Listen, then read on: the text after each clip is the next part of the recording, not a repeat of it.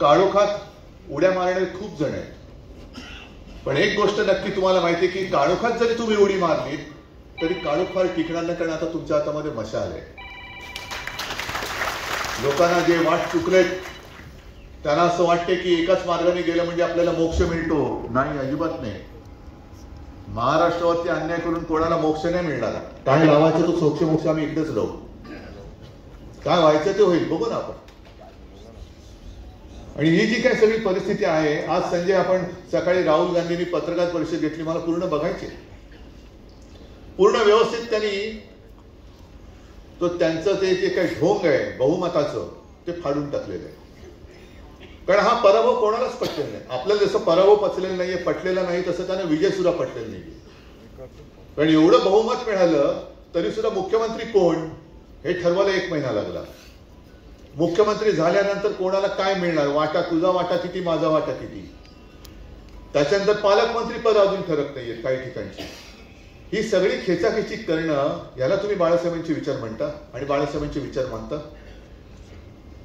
मी 23 जानेवारीच्या सभेत जे बोललो होतो की आपले जे हे लाचार सेनेचे जे प्रमुख नेते आहेत, लाचार सेनाच आहे. अरे नेता कसा असला पाहिजे की बघितल्यानंतर प्रेरणा आली पाहिजे. हे कुठले नेते? हा, म्हणजे डोकं नाहीच आहे, मग दाढी खालवायची. यांच्याकडे बघून कोणाला प्रेरणा मिळत असेल तर जा बाबा, तुझं भलो. पण प्रत्येक वेळेला काही झालं की ते मी 23 जानेवारीला म्हटलं होतं ना, रुसूबाई रुसू, गावात जाऊन बसू, डोळ्यातले आसू आता लागले दिसू. ही आता त्यांची हालत झालेली आहे. आणि आज सुद्धा जी काय बातमी सकाळी एकदम सोडून दिली होती की शिवसेनेचे 6-7 खासदार फुटणार. बघा ना, हिंमत असेल तर फोडून टाकवा. पण आता शिवसैनिकाच्या संयमाचा अंत बघू नका, कारण फोडाफोडी करायला लागला तरी तुमचं डोकं फुटेल. आणि माझं तर आव्हान आहे, फोडाफोडी करायची असेल ना तर सरकारी यंत्रणा बाजूला ठेवा, पोलीस बिलीस बाजूला ठेवा, ईडी, इन्कम टॅक्स, सीबीआय बाजूला ठेवा, आणि हिंमत असेल, मर्दाची अवलाद असेल तर माझा एक तरी शिवसैनिक फोडून दाखव. मी तुझ्या नेतृत्व स्वीकारायचं, एक तरी शिवसैनिक फोडून दाखव. पण पैशाची आमिष दाखवायची, अटकेच्या भीती दाखवायची, ईडी, इन्कम टॅक्स, सीबीआयच्या भीती दाखवायची. अरे कसले तुम्ही मर्दा, नामर्दाची अवलाद, नकली बापाची अवलादी. संजय राऊत बोलले ते बरोबर आहे, हे नकली बापाची अवलादी. कारण हिंमतच नाही. आज संपूर्णपणे देश नाचवून टाकतायत. जे आपल्याला वाटलं होतं की काँग्रेस नको, तेव्हा तो विचार होताच. पण जेव्हा देशाच्या बळावर कोण येत असेल तर मग देशहितासाठी, देशाला वाचवण्यासाठी आम्ही तर उभे आहोत. पण आमच्यासोबत जे कोण येत असतील येऊ द्यात, पण आम्ही पहिलं देशद्रोह्यांना पहिलं गाडू. सत्तेसाठी, सत्तेच्या साठमारीमध्ये जी लोकशाही तुम्ही मारताय, लोकशाहीचा तुम्ही खून करता आहात, त्या खुन्यापासून माझ्या देशाला आम्ही नाही वाचवणार तर दुसरं कोण वाचवणार. दिल्लीचं तख्त राखतो म्हणजे काय करतो महाराष्ट्र? प्रत्येक वेळेला हिमालयाच्या मदतीला महाराष्ट्र धावतो म्हणजे काय करतो महाराष्ट्र नेमका? त्या डोंगराच्या बाजूला काय डोंगर जाऊन ना उभा राहत. हे प्रतीक आहे. हिमालय म्हणजे आपला देश आणि देशाच्या मदतीला सह्याद्री धावतो म्हणजे तुम्ही आम्ही, आपली महाराष्ट्रात जन्मलेली ही मराठमोळी माणसं ही जाऊन तिकडे देशाला वाचवतात. अगदी 92-93 साली सुद्धा त्यावेळेला जे काही झालं होतं, जातीय दंगली झाल्या होत्या हिंदू मुसलमानांच्या, मुंबई कोणी वाचवली? शिवसैनिकांनी वाचवली. मग मराठी माणूस हा हिंदू नाहीये. हिंदुत्व सोडलं दाखवा ना मला एक उदाहरण दाखवा की मी जे हिंदुत्व सोडलेलं आहे. मराठी माणसाला कोणी हिंदुत्व शिकवायच्या फंदात पडू नये. आणि हे मी वारंवार का सांगतोय? कारण त्यांच्याकडनं वारंवार ज्या अफवा पसरवल्या जात आहेत त्या अफवांना आपल्याला हे तोडावंच लागेल. आज सुद्धा राहुल गांधींनी पत्रकार परिषद घेऊन मतदार संख्या कशी वाढले, एकूण 5 वर्षात 32 लाख आणि 5 महिन्यामध्ये 40 लाख शक्य आहे. मग मतदार आले कुठून? आणि त्याच्यावरती प्रतिक्रिया आपल्या मुख्यमंत्र्यांनी दिली की प्रत्येक वेळेला चुटकुला, बरोबर ना, कुठे उत्तर आणि कुठे माहित नाही, चुटकुला म्हणजे तोच विनोद जर का परत सांगितलं तर कोणाला हसायला येत नाही. तुम्हाला लोकशाहीची तुम्ही जी काही हत्या केली ती थट्टा वाटते, तो विनोद वाटतोय. ईव्हीएम मुळे ह्या आमचा आक्षेप आता आजच्या पत्रकार परिषदेत ईव्हीएम हा नव्हताच. तुम्ही जे बोगस पद्धतीने मतदार घुसवले आणि आज तुम्ही जवळपास संपूर्ण महाराष्ट्रात इकडे आलेला असाल पदाधिकारी, जिल्हा प्रमुख, मी तुम्हाला जे वारंवार सांगतोय की गटप्रमुख गटप्रमुख गटप्रमुख, परत तेच तुम्ही म्हणाल की आहोत तुम्ही घरी सुद्धा सांगितले, इथे सुद्धा सांगितले, कारण तेच कारण आता समोर होते. कारण फार वर्षांपूर्वी सेशन आपले निवडणूक आयुक्त होते, मुख्य निवडणूक आयुक्त महाराष्ट्रामध्ये आले होते. मंत्रालयात त्यांनी सर्व पक्षांची एक मिटिंग घेतली. मला वाटतं देशाच्या तुम्ही असाल पण मी सुद्धा आलो होतो, मनोहर जोशी वगैरे असतील सोबत, सगळे शिवसेना नेते, आणि आम्ही शिवसेनेच्या वतीने तिकडे गेलो. मंत्रालयात भेट झाली.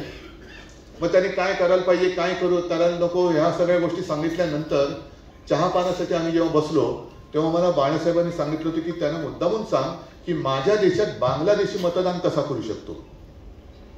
मी त्यांना विचारलं की सेशन साहेब हे तुम्ही सांगितलं फार छान आहे, पण मुळामध्ये दुसऱ्या देशातला मतदार बांगलादेशी हा माझ्या देशात येऊन, माझ्या राज्यातून, माझ्या शहरात येऊन मतदान कसा करू शकतो, तिकडे तुम्ही काय करता.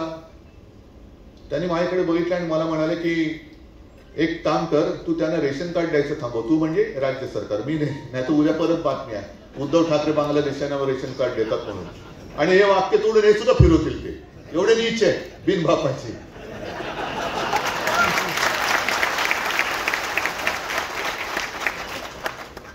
तर थोडक्यामध्ये काय की इथली जी काही यंत्रणा आहे ती रेशन कार्ड देते, आणि त्यावेळेला रेशन कार्ड आहे काय, त्याला आधार होता. आता आधार कार्ड हा आधार झालाय. आणि जर का मी चुकीचं बोलत नसेल तर देशभरामध्ये कुठेही आधार कार्ड असलं तर तो कुठल्याही राज्यात गेल्यानंतर तिथल्या प्रतिष्ठित व्यक्तींचं जर काही ओळखपत्र घेतलं की मी या व्यक्तीला ओळखतो, हा खूप चांगला आहे, बोगस असला तरी चांगला आहे, तरी त्याचं मतदार यादीत नाव नोंदलं जातं. आणि मग तिकडे या प्रश्नाची उकल जी आहे, उत्तर आहे ते असं आहे की लोकसंख्येपेक्षाही मतदार वाढले कसे, कारण हे इतर राज्यातून आलेले. त्याच्यानंतर दुसरं त्यांनी असं केलं असं म्हणतात की लोकसभेचा त्यांनी अभ्यास केला, लोकसभा निकालाचा. कोणत्या मतदारसंघात आपल्याला आघाडी मिळाली, कोणत्या मतदारसंघात आघाडी किती मिळाली तरी जिंकू शकत नाही, त्यातले बरोबर त्यांनी ते मतदार हेरले, बाजूच्या वॉर्डात त्यांनी ते नोंदवले आणि मतदान त्यांच्या उमेदवाराला करून घेतलं आणि जिंकले. नुसतं ईव्हीएम नाही, हे सुद्धा काम आहे. मग हे काम तपासायचं कोण, हे काम आपण तपासू शकतो.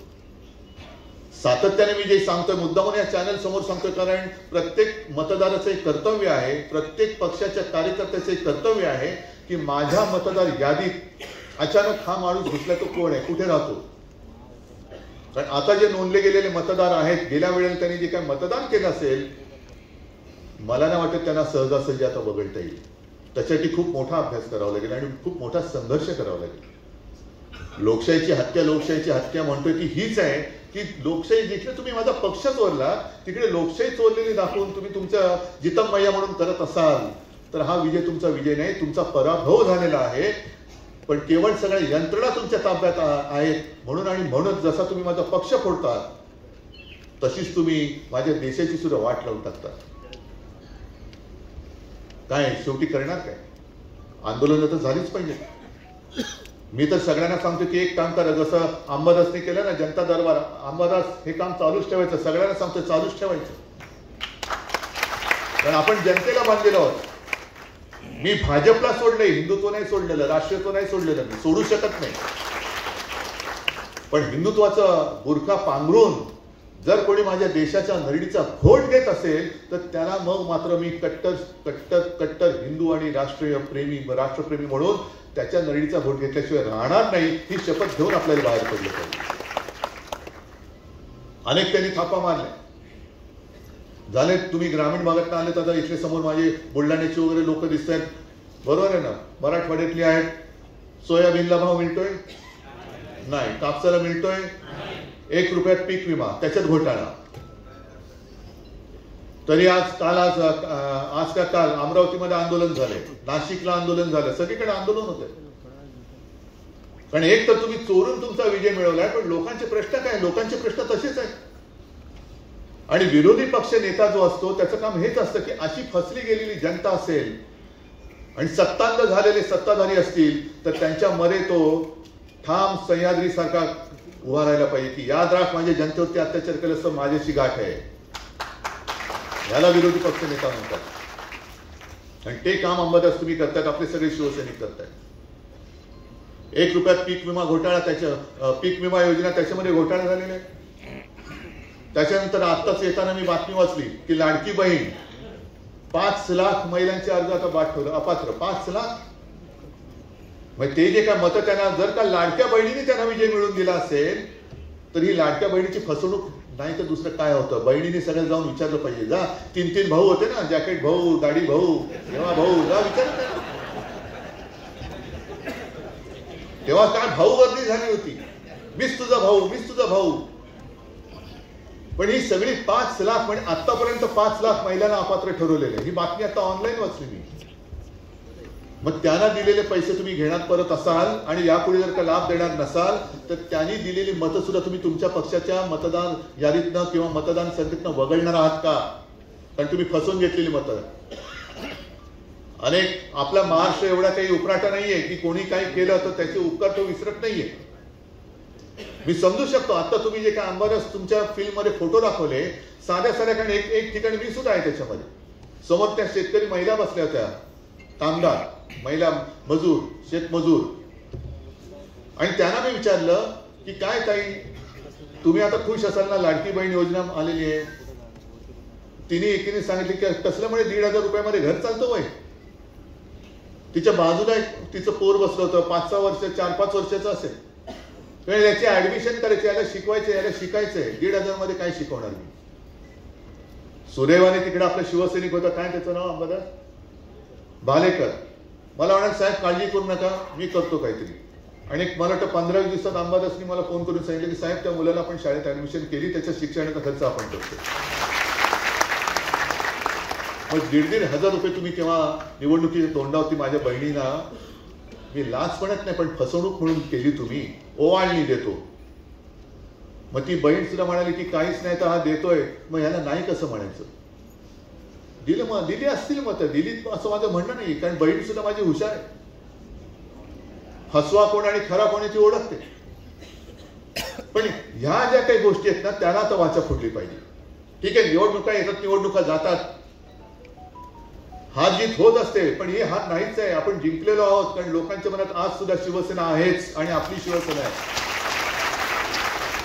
आणि यांना काय वाटतं, जे गद्दार झाले त्या गद्दारांना सांगू इच्छितो, अरे तुम्हाला तानाजी मालुसरे नाही होता आलं, शिवाजी महाराज सोडूनच द्या, बाजीप्रभू देशपांडे नाही होता आलं.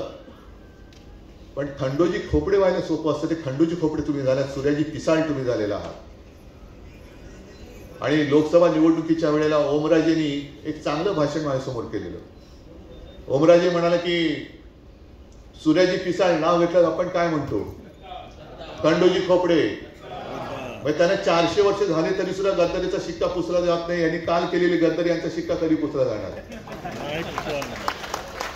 शेवटी इतिहास म्हणून इतिहासात तर यांना जागा मिळणारच नाही म्हणा, पण गद्दार म्हणूनच यांची नोंद होणार आहे, तोतये म्हणूनच नोंद होणार आहे.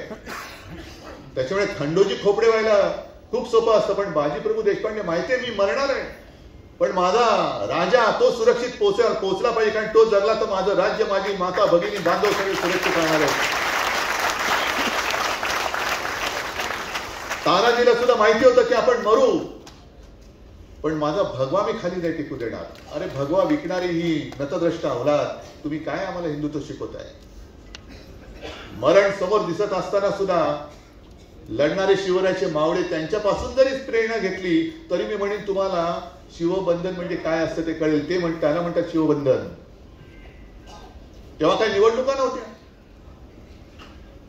आणि आपले नितीन मानगुडे सरांची ते सांगतात ना, अफजल खान आल्यानंतर कान्होजी जेरे नाईक त्यांना सुद्धा फरमान आलं. तेव्हाचे ते ईडी, इन्कम टॅक्स, सीबीआयच होतं. अफजल खान आलाय आणि अफजल खानाने खलिता फरमान पाठवलं की तुम्ही आणि तुमची 5 मुलं गपगुमान आमच्याकडे येऊन सामील व्हा, म्हणजे भाजपात या, नाहीतर सहकुटुंब मारले जाल. आणि मग तो ते फरमान घेऊन 5 मुलांना घेऊन कान्होजी गेले महाराजांकडे आणि त्यांनी सांगितलं अफजल खानाचा खलिता आलेला आहे. महाराजांना माहिती होतं. त्याला मग त्याने असं असं लिहिलेलं आहे. तर शिवाजी महाराज म्हणाले ठीक आहे, मग जा की तुमचं जर का प्राण वाचत असतील, तुम्हाला काय आमदार खासदार नाही ते एसीओ होत असाल. आता 1,94,000 त्या चट्या उचलणाऱ्यांना भाजप एसीओ करतोय. तर जा तुम्ही. आणि तेव्हा कान्होजी जेजे ताडकन बोलले, चिडले. ते बोलले, महाराज त्याने एक तर तांब्या घेतला, हातावरती पाणी सोडलं आणि हे सोडलं मी माझं पाणी वतनावरती, हे सोडलं पाणी माझ्या मुलाबाळावर, पण जोपर्यंत जीवात जीव आहे तोपर्यंत मी तुमच्याशी आणि भगवशी प्रतारणा करणार नाही. याला म्हणतात केवळ. याचा अर्थ त्यांना कळणार नाही. आज महाराष्ट्र मारला जातोय. मुंबईचा सत्यानाश करतायत. जे गेले वर्ष, 1.5 वर्ष मी बोलतोय, आदित्य बोलतोय, सगळे बोलतायत की आपल्या मुंबईला, जी मुंबई अभिमानाने आपण सांगतो की माझ्या देशाची आर्थिक राजधानी, त्या देशाच्या आर्थिक राजधानीला आता भिकेचे डोहाळे लावले त्यांनी. भिकेचे डोहाळे. संपूर्ण देशात सर्वाधिक कर संकलन करणारं जर का राज्य आणि शहर असेल तर ती आपली मुंबई. जवळपास 35 ते 37% कर संकलन जे काय दिल्ली केंद्र सरकार करतात ना तिकडे बसून, हे त्यातलं एकटी मुंबई 35 ते 37% कर ही आपली एकटी मुंबई देते. आणि अभिमान आहे मला. सुनील, तुम्ही यावेळेला महापौर होता 2012, त्यावेळेला 640 कोटीने आपली महापालिका त्रुटीमध्ये होती, तोट्यात होती. मग 2012 ते आता जेव्हा महापालिका विसर्जित होत होती तोपर्यंत संपूर्ण महापालिका सलग जेव्हा शिवसेनेच्या ताब्यात होती तेव्हा 92,000 कोटीच्या मुदत ठेवी किंवा फिक्स डिपॉझिट आपण केल्या होत्या.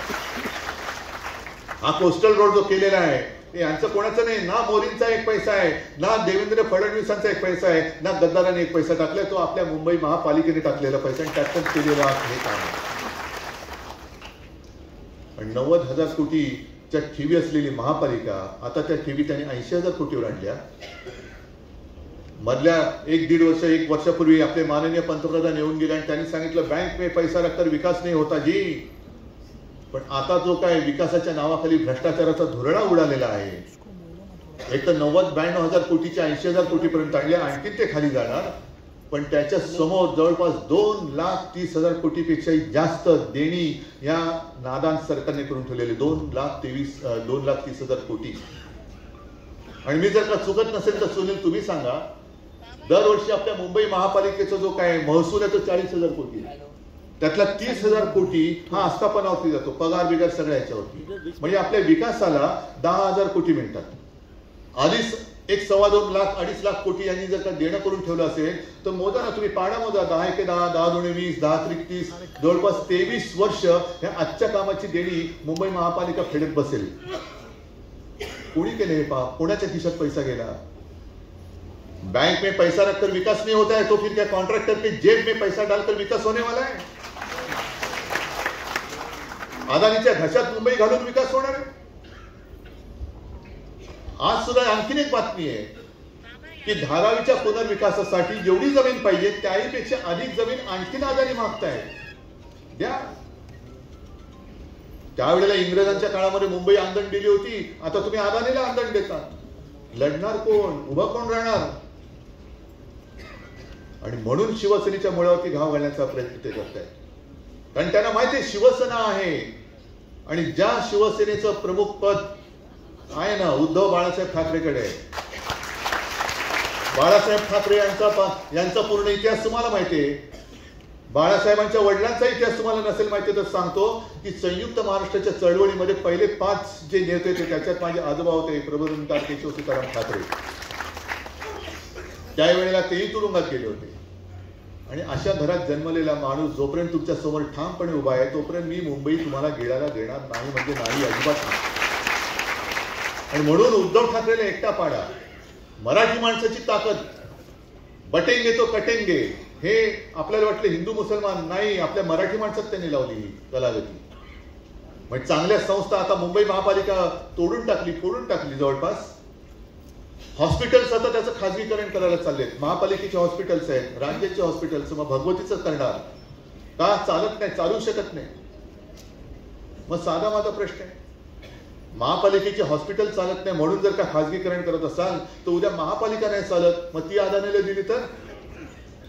नाही बाबा, महापालिका चालत नाही कारण आधीच 2.5 लाख कोटींचं डोक्यावरती ओझं आहे, आम्ही नाही करू शकत, देऊन टाका अदानीला. त्या महापालिकेच्या ऑफिसमध्ये काय अदानी बसणार तिकडे? आणि अशा वेळेला आपलं काम आहे, शिवबंधन काय असतं हे शिवबंधन नुसतं हातात असून चालत नाही. शिवबंधन हृदयात पाहिजे. आणि शिवबंधन म्हणजे या मातीशी आणि आपल्या मातीशी बंधन, त्याला मी म्हणतो शिवबंधन. हे खरं शिवबंधन आहे. आणि मग परत एकदा जेव्हा 1966 साली शिवसेना प्रमुखांनी जो आपल्याला एक मंत्र दिला, मराठा मराठेतर, ब्राह्मण ब्राह्मणेतर, 96 कोळी 92 कोळी, स्पृश्य अस्पृश्य, घाटी कोकणी असे सगळे भेदाभेद गाडून मराठी माणसाची भक्कम एकजूट बांधा, याला म्हणतात महाराष्ट्र धर्म. आणि हा महाराष्ट्र धर्मच हिंदुत्वाला वाचू शकतो, देशाला वाचू शकतो. आणि हेच तर खरं शिवबंधन आहे. आणि म्हणून तुम्हाला त्या शिवबंधनाची जाणीव करून देण्यासाठी अंबादास, तुम्ही तुमच्या कार्यक्रमाचं नाव शिवबंधन ठेवलं, त्याच्याबद्दल तुमचं मी खास अभिनंदन करतो. आणि आज जरी माझ्या हातामध्ये काही नसलं देण्यासारखं, तरी हीच तर खरी शिवसेना आहे. जे शिवसेना प्रमुख बोलले होते ते आता आपल्याला राजकारणात करायचंय. नोकऱ्या मागणारे होऊ नका, नोकऱ्या देणारे व्हा. पद मागणारे होऊ नका, पद देणारे व्हा. कारण यांचं आयुष्य जे आहे मेंढ्यांचं, अरे काजवा जरी एवढा असला तरी स्वयंप्रकाशित असतो. हे स्वयंप्रकाशित कुठे? यांच्यात तिकडनं टॉर्च मारतात तोपर्यंत दिसत आहेत. दिल्लीतनं टॉर्च बंद झाला की अंधारात कुठे जातील कळत नाहीत. आणि मग त्यांच्या बरोबर जे गेलेले आहेत त्या काळोखात काय चेंगराचेंगरी होईल काय कळणार नाहीये. यांचं भवितव्य फार बिकट आहे. त्यांना बाकी म्हणजे मी म्हणतो ना की पुण्यामध्ये तो कुठला आता एक तो रोग पसरतोय, GBS, बरोबर ना? कशामुळे पसरतोय? दूषित पाणी. कोण जबाबदार? उत्तर द्यायला कोण आहे? महापालिका आहे. महापालिका विसर्जित झाले, महापौर नाहीये. तुम्ही जे काय मागे म्हणायचं स्टँडिंग की अंडरस्टँडिंग आहोत, तुमच्याकडेच ती पुणे महापालिका होती, भाजपकडेच होती. जा तुम्ही त्या नगर विकास खात्यात जे काय तिकडे जे धेंड बसवले ना, त्याला विचारा, जा काय मिळालं नाही का तू गावात जाऊन बसतो आणि रेडा कापतोस? पुणेकरांना दूषित पाण्यातला रोग होत आहे. कोण जबाबदार? कोण? मंत्री नाही तर दुसरा कोण असणार आहे? कारण तुम्ही महापालिका ठेवलेलीच नाहीये. पण हे जबाब नाही विचारायचे. पण आम्हाला काय मिळालं तर आम्ही खुश, नाहीतर रुसूबाई रुसू. हे रुसूबाई रुसू सोडा. कारण जर जनता पेटली तर तुमच्या घरात घुसू हे जनता म्हणेल उद्या.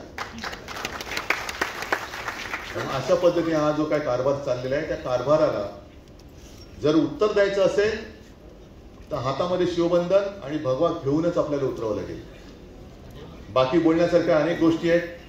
सगळ्याच गोष्टी काय आज मी बोलणार नाही, कारण आजचा मुख्य कार्यक्रम अंबादासच्या कार्य अहवालाच्या प्रकाशनाचा आहे. आणि असं अहवाल प्रकाशन करणारे मला वाटतं शिवसेना हा एकमेव पक्ष असेल. अगदी नगरसेवक प्रकाशन करतात, शाखा प्रमुख करतात, विभाग प्रमुख करतात. दुसऱ्या पक्षामध्ये कार्यच नाही, अहवाल कसला देणार? तर असेच तुम्ही शिवसेना प्रमुखांचे कट्टर सच्चे शिवसैनिक, निष्ठावंत शिवसैनिक काम करत राहा आणि महाराष्ट्र रक्षणासाठी सज्ज राहा, एवढंच सांगतो आणि आपली रजा देतो.